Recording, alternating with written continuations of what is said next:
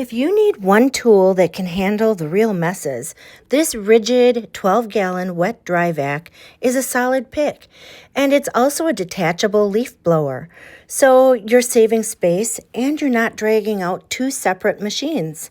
First, the vacuum side. It's built for both dry debris and liquid cleanup, and the drum size feels substantial without being a pain to move around.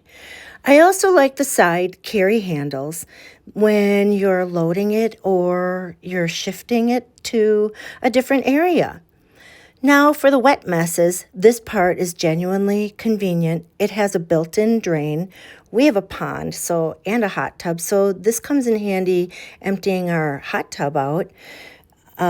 So when you're done, you can empty liquids without trying to lift and pour the heavy tank. That alone can make cleanup feel way less annoying.